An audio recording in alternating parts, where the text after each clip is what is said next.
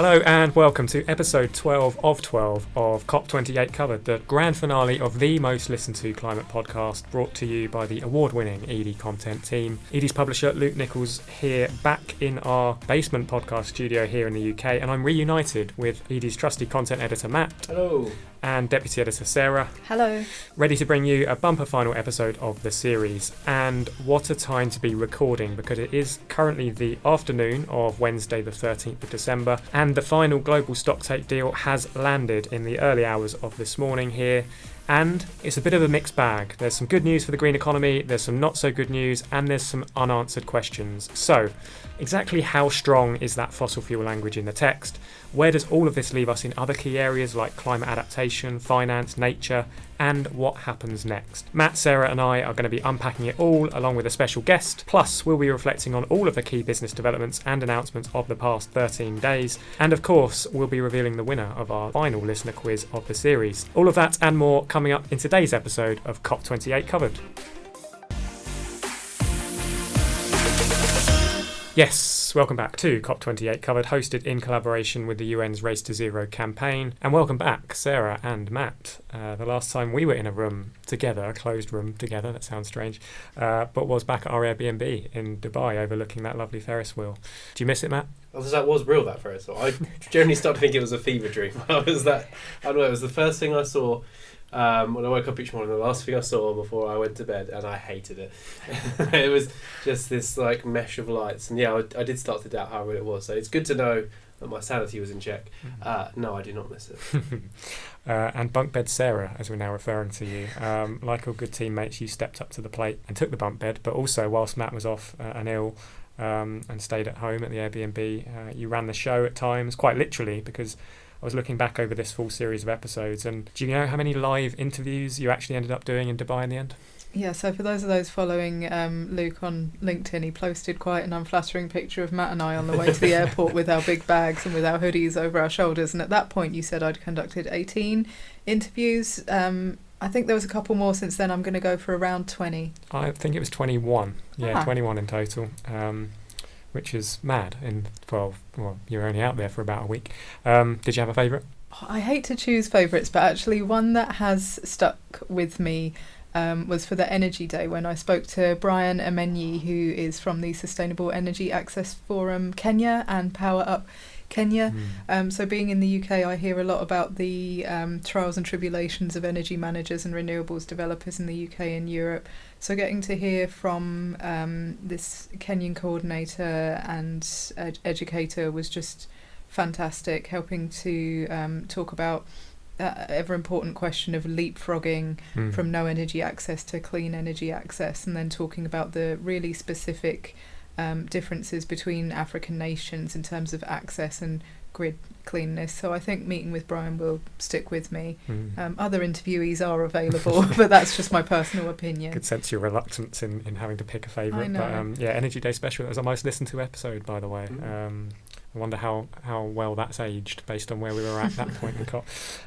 Anyway, we are digressing straight away, and I'm eager to jump straight into this episode because we have some, I guess we can't say it's breaking news anymore. It's the nature of this COP and how quickly things develop. But we do have some news to be discussing together right now, which is that COP28 has finally come to an end.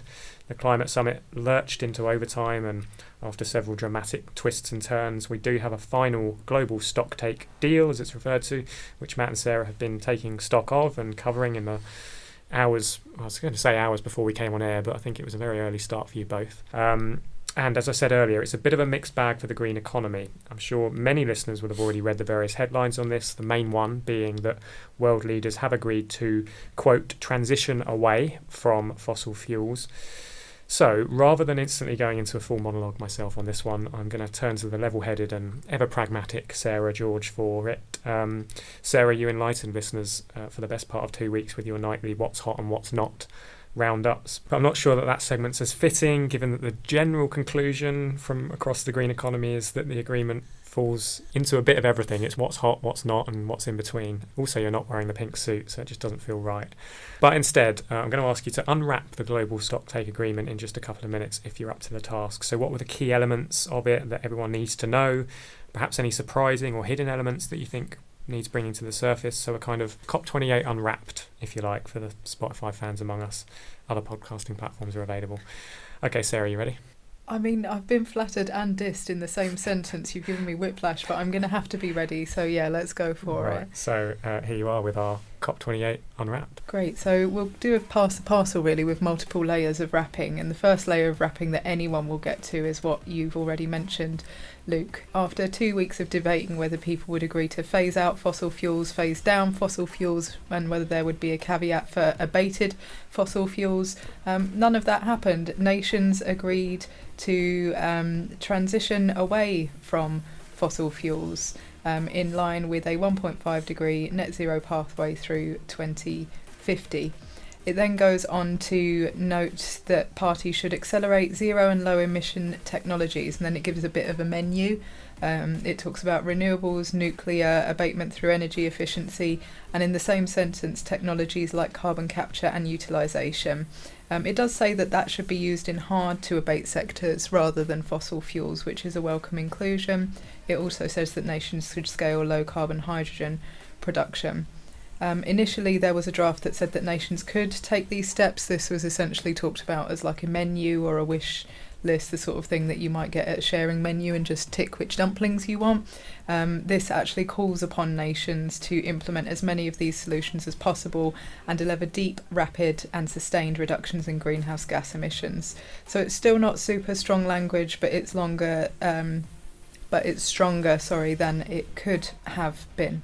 So the fossil fuels are what you get to when you first unwrapped the text. As I mentioned, some of this does have loopholes, not to mention the carbon capture that we've already mentioned. But if you look into this bit a bit further, it then says that nations should phase out all inefficient fossil fuel subsidies that do not address energy poverty or just transitions.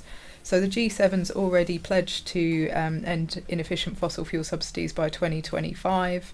There's still this debate about what does inefficiency mean. Now added to that is what does energy poverty mean, what does a just transition mean? And a somewhat worrying new inclusion is a recognition of the role that transitional fuels can play in facilitating the energy transition while maintaining energy security. So this is a nod to essentially gasifying countries that are currently on coal. While I was there, I saw so many people working for the Don't Gas Africa campaign. I know that other countries, including Sardinia, where I went to last year, are undergoing gasification and pushing back hard against it. So that's an unwelcome inclusion. So that's the first and second layers. Then when you get underneath that into the adaptation layers, there's definitely a lot more text than there was in the previous draft. But the general consensus is that it lacks clarity in terms of time-bound specific objectives, and the wording remains weak. Essentially, the text notes with great concern that the IPCC has proven that the need to adaptation is real and accelerating every year. It also notes with concern the UN's adaptation finance gap report. But there's no goal for closing. That gap, essentially, which has really disappointed a lot of people in the global south. A lot of things have been booted down the road to the intersessionals next year and to next COP. Again, on actual general climate finance, on the 100 billion a year target from global north to global south, all it does is notes with deep regret that didn't get met by 2020 after being first floated in 2009. Nations are quote-unquote urged with urgency. Yeah, that is an actual quote. I had to double check that one. To fully deliver by 2025, but initial estimates show that full delivery happened in 2022, so we risk not moving for 3 years. So that's really the crux of it. Little in the way of finance. Decisions also delayed on nature and carbon markets. Really 2 out of 3 things on carbon markets not agreed at all. And as for food and health, which got their fanfare in terms of side declarations, only mentioned in passing. So that's the text unwrapped from my point of view, bearing in mind that I did wake up at about 5 a.m. to read this text and would appreciate reading it again after a proper night's sleep. Yeah, well, and maybe that brings us nicely onto the man to your left.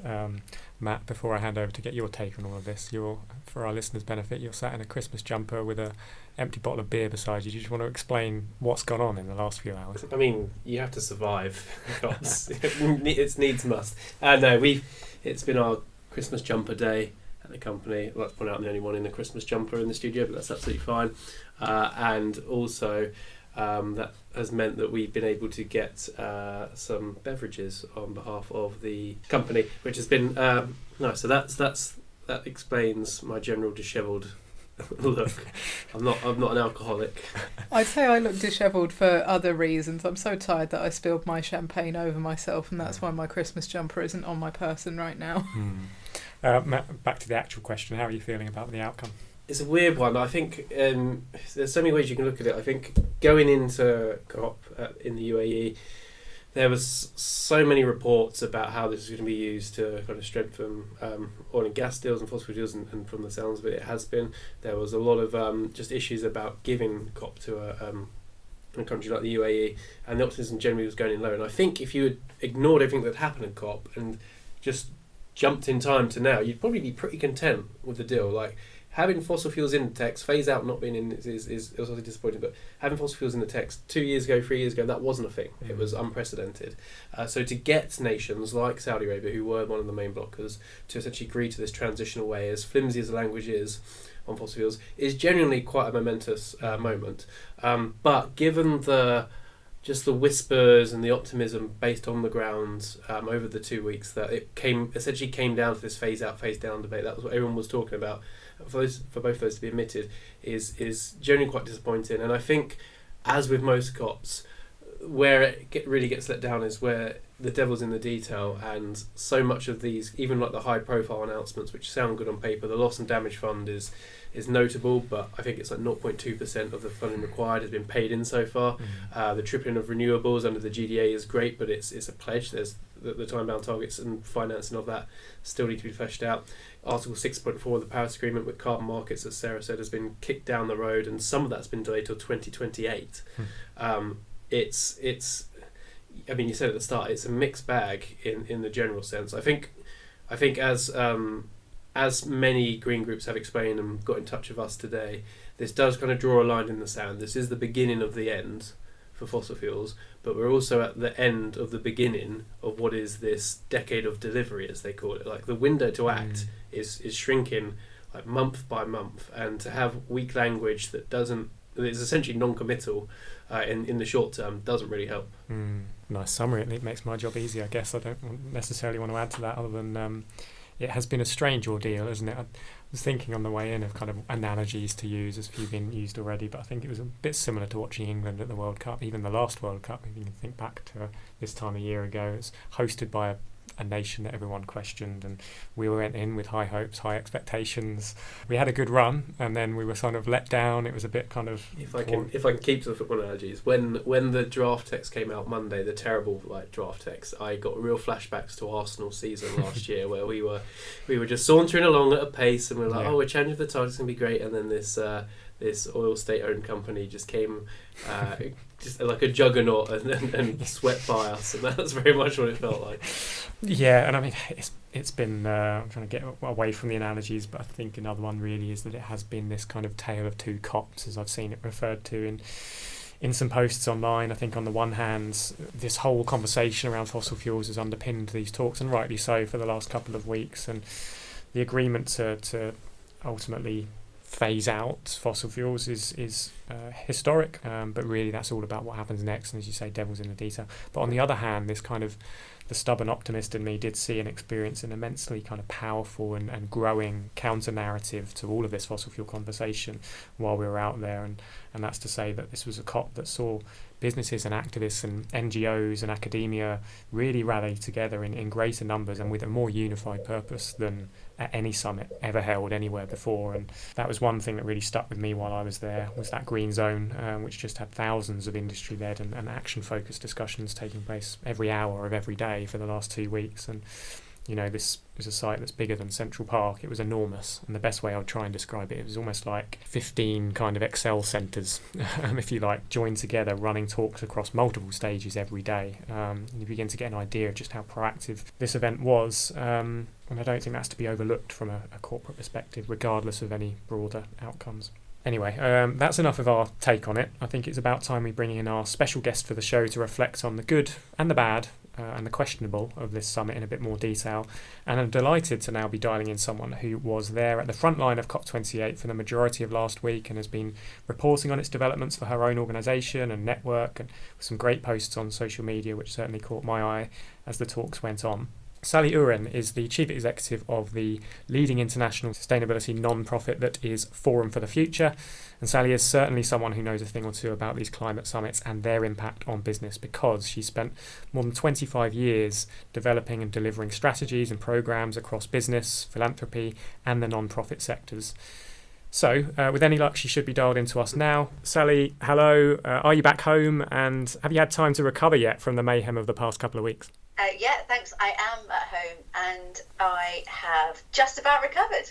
Oh, good. That's good to hear. Yeah, it's not quite hit us yet, the recovery mode. But thanks so much for joining us on the podcast at short notice today. I guess we have to start with this global stocktake agreement that has finally landed then. Appreciate you might not have had time to fully sift through all pages of the text, but what's your initial take on it? I am so pleased we got the language about phasing out in there. I think that was really important. And I appreciate that the text doesn't go far enough for some key stakeholders, particularly small island states. But I think probably it is about as far as I had thought we could go at this stage in time, because we know that, in my language, the resisting forces are really powerful at the moment. The closer you get to a system changing, the harder the existing power dynamics kick in. And I think what the big message is from the text is this does mean the end of fossil fuels, and that is now inevitable. And that clearly has to be a really good thing. I think the question in my mind is, the direction of travel is good. There's a very strong signal, but will the phase out, or whatever language you care to use, will it be fast enough? I think that for me is now the $1 million question. I think the direction of travel is clear, the momentum is unstoppable, but how much more will those resisting forces dig in? How much will they try and obfuscate what happens over the next 2 years on the road to Brazil? Don't know. But actually, from where we were on Monday, where the text was looking really dismal, I think we're in a reasonable place. It isn't brilliant, but it's better than what it could have been.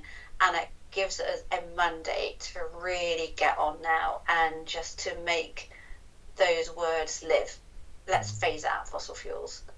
And Sally, I wanted to get your views on, there's a lot in there about energy systems transformation, and that's really been noted and hotly debated over the 2 weeks about whether it's a transformation or whether we're just adding more fossils on top of more renewables. But some other systems transformations maybe didn't get as much wording in the text. There was a lot of fanfare about food in the lead up to this, and it only got mentioned as a passing, as a means of adaptation. So as far as systems change outside of the energy systems go, does this text give you hope, or are you a bit disappointed? I think the reality is that our common understanding of what we really mean by systems change isn't perhaps where it needs to be. The reality is that if the energy system transitions, the food system will have to transition with it. Our health systems will also need to transition. I wrote this in one of my takeaways coming back from Dubai. We really do need to embrace this, everything, everywhere, all at once, because the energy system isn't a system that acts in isolation. It's intrinsically linked to how the food system functions and how the health system functions. So, yeah, I would have loved to have heard the real explicit recognition that actually transformation of our food system is critical to our ability to mitigate and adapt to climate change. But the reality is you've got many organisations, from non-profits to businesses to philanthropy, that understand these linkages. And the more I think we need to the more we shine a light on these linkages as we go forward, the faster we will accelerate. So the more focus we put on energy, food, health, mobility at the same time, the quicker that transformation will be. So yeah, I'm disappointed, but I spend my life being disappointed that no one really talks enough about systems change. However, the reality is you cannot transition energy on its own. Well, you could. It wouldn't be a very just transition, and the just transition relies on the just transition of food in particular and our healthcare systems. So I think while it's not there, we can keep talking about it and just make the case for whatever we do on energy could also benefit the associated systems that are nested within it. You've spoken to this need for kind of system change and how everything's kind of joined up under this just transition aspect. But I think a lot of our listeners, the kind of sustainability professionals working for various different organisations, are probably struggling to kind of cut through the noise around COP28. And so much has been said and so much wasn't said, so much was in the text and then out the text. And you've rightly said how interrelated everything is. In terms of the kind of the CSO or the sustainability practitioner now, how can they take what was discussed and agreed at COP28 and break those down into bite-sized and actionable chunks to make sure they are driving progress and they aren't just viewing this as a consensus that doesn't ultimately get built on? Well, number one, the path to net zero is now completely legitimised. So if as a CSO you're working for an organisation that doesn't have robust net zero targets, isn't really aiming for completely zero carbon emissions, scope 1, scope 2 by 2030, scope 3 by latest 2040, then why not get on with it? Because this text really validates we need an urgent and rapid pathway to net zero. So make sure your net zero strategy is really on a par with the ambition that we know is needed. And then look for opportunities to deliver the net zero strategy in a way that drives these co-benefits. So we've just published a toolkit on how you can design net zero strategies that also deliver health impacts. And that's the trick now. We need to decarbonise and add up to climate in a way that we're really deliberate about these other impacts on systems. So take decarbonisation. We encourage active transport to work. Yes, that will decarbonise. It will also improve health outcomes. There's so much that we can do in the path to net zero that has benefits for health, which is why we're excited about our Climate and Health Coalition at Forum, but also have benefits for food. We know that regenerative agriculture can help restore soil health, can then improve nutritional outcomes, could maybe even enhance the soil's ability to sequester carbon. So my advice would be get that tangible, bold plan to net zero, but look out for those other opportunities to push it a little bit further and design for multiple benefits in multiple systems. And it doesn't take much more effort. We're doing so much already, but I think what we need to do is to shift from our kind of carbon tunnel vision, which is rightfully there, to actually how do we get to net zero in a way that delivers maximum positive impact for all the systems that are nested around the energy system. Yeah, that's the question, isn't it, coming out of it? Last question from me, Sally, was just bringing this back round to a UK kind of focus. We've spoken about this in previous episodes of the podcast as to whether or not, or where the UK's, quote, sort of leadership on the global stage now sits following this COP. It was hard to see it there, personally. I didn't feel it as much as we have in previous COPs, certainly 26. What did you make of it, and where do you think the UK's leadership, again, quote, on climate action goes from here? I think it's a great question, and I think this is where I tend to have an episode of cognitive dissonance when I think about the UK and climate.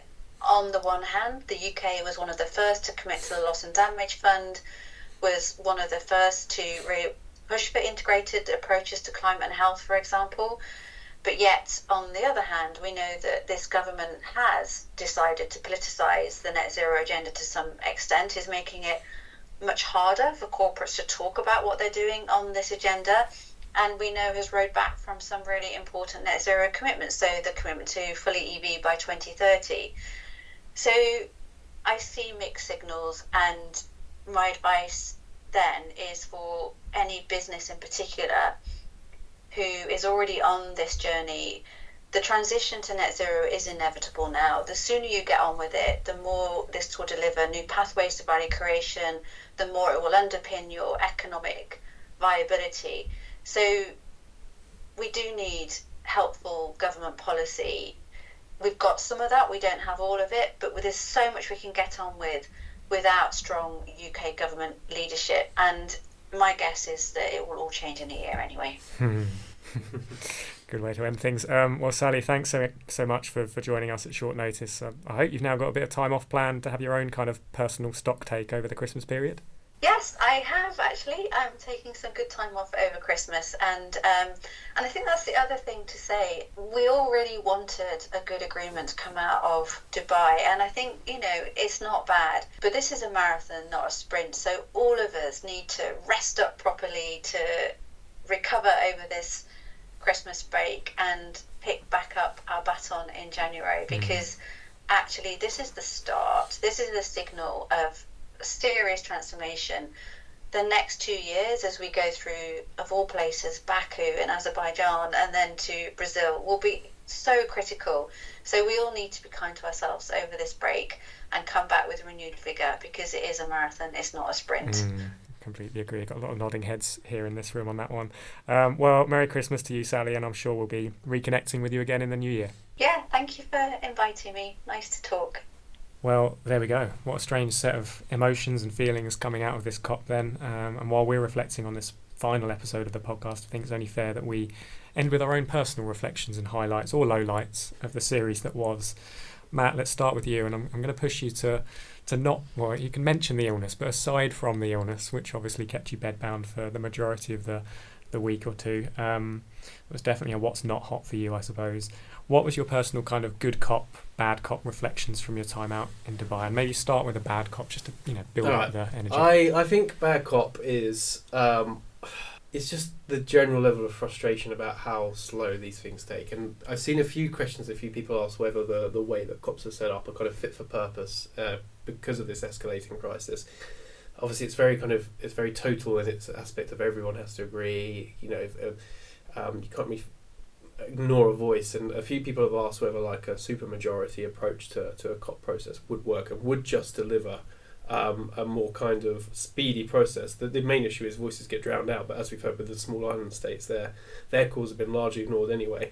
And I do wonder, I think that I could have easily dialed in and focused in on the language around fossil fuels, the real lack of climate finance and whatnot, but I think for me the bad cop is just the process itself is just exhausting. For the time that these negotiators have to put in for what you get out just seems very frustrating from the outside looking in.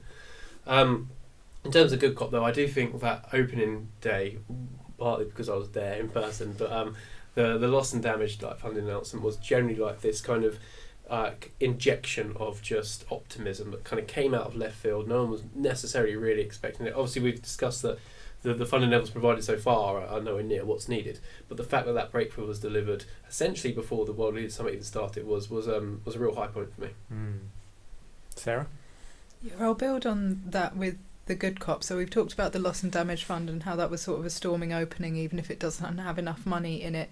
Yeah, something else that happened overnight going into today is that countries agreed to operationalise the Santiago loss and damage network. Essentially, this is a way for countries to provide and access non-financial technical support, so that academia, they need the resource they need, and connect with other people around the world that have either experienced similar or are otherwise experts in this. It's been kicking around for a few years, but we have an agreement to operationalise it as soon as possible, with the first meeting due for Q1 of 2024. So we have something that's actually got time to meet, and it's actually in the next 3 months. So that was a good cop for me. And then also Matt mentioned the World Leaders Summit. I think it was a good cop in that this ran parallel to the first Business and Philanthropy Climate Forum. So it was a tale of two cops in that way, the world leaders on one side, business leaders and philanthropists on the other, both massively important, and that forum mobilised a total of 5 billion. So those would be my good cops. My bad cop would be like the utterly heartbreaking pictures that we've seen coming out of yesterday and today. So yesterday we saw a 12-year-old climate activist storm the stage in the plenary to demand strong language on fossil fuels. She's just one girl with one A4 size placard. She was manhandled off the stage swiftly by people that were much bigger than her, and then banned from coming back today to see the final closing plenary. Also, as Matt's alluded to, some of the small island states essentially said that when the plenary opened this morning, the presidency didn't wait for them to come in, take their seats and give them time to make an objection, which really says something about who they will let take up time to make an objection. I'm sure that if India or China had an objection, we could have run on for an extra 5 minutes to hear it. So that would be mine. You're waiting for me to ask you. I can see it in your face, Luke. No, it's only that, my bad cop follows on quite well from that, I think, quite neatly. I don't know if that's a good thing or a bad thing, but more of a general reflection, really, because there was a sort of, did feel like there was a lack of, or at least a restriction of, this kind of climate activism and protests in and around the summit, particularly in that first week. When you compare it, for example, to when we were all up in Glasgow, we would walk in each morning and you'd have to make your way through protesters to get in there. There was just no sense of that. We did, of course, have a few protests on a couple of the days, particularly towards the end of the summit, but they were also ultimately quite minor and felt a little bit restricted. There were designated protest zones, prohibitions on flags, slogans on the signs apparently had to be declared in advance to the UNFCCC, and for me that kind of right to protest and that right to protest and express free speech, especially at events of this scale and importance, should be better upheld and protected and promoted even. And on the flip side, my good cop was the green zone. Listeners might be aware of this one. I enjoyed every minute in that green zone, the whole of it. I liked it, loved it, and felt in my element there. We talked about it in quite a few episodes. I just felt the setup was a good balance of rooms for discussion and outdoor areas for the stages, and even things like workshops, educational activities. It was just a great place to meet people and connect. And I think that was evident with all of the special guest interviews we featured throughout the 2 weeks, many of which we met and spoke with there in the Green Zone. The Green Zone Media Centre was also way better than the Blue Zone, has to be said, right? Matt was enjoying the free food and drinks on the days that he was there. Anyway, it pains me to say it, but I think that's about it, guys. Have I missed anything? I mean, we did promise someone an eco voucher in our final listener quiz, and you did mention it in the intro, Luke. So who was our winner? Yes, so one final £10 eco voucher to give away. How could we forget? We had lots of people email in, but I can reveal that we have a winner who was 2 hours and about 14 minutes out, to be precise, would you believe, because COP came to a close. We were agreeing earlier, UK time, it came to a close at about 7:15 in the morning, which is about 11:15 in the morning Dubai time. Our winner is James Mina, who is a youth climate action activist from the Tanga region in Tanzania, so no idea what time it would have been then when the gavel came down, who guessed 9 a.m. Dubai time, so it's 2 hours and 15 minutes out. So well done to you, James. Christmas has come early for you, so look out for that email with your £10 eco voucher shortly. Quite a fitting winner, I think, given what I just mentioned about the lack of activism at the summit, and also a nice one which shows just how global we managed to take this pod. Right, now that really is a wrap for this episode of the podcast, and indeed the entire series. Matt, Sarah, it's been emotional. Plans for Christmas, Matt?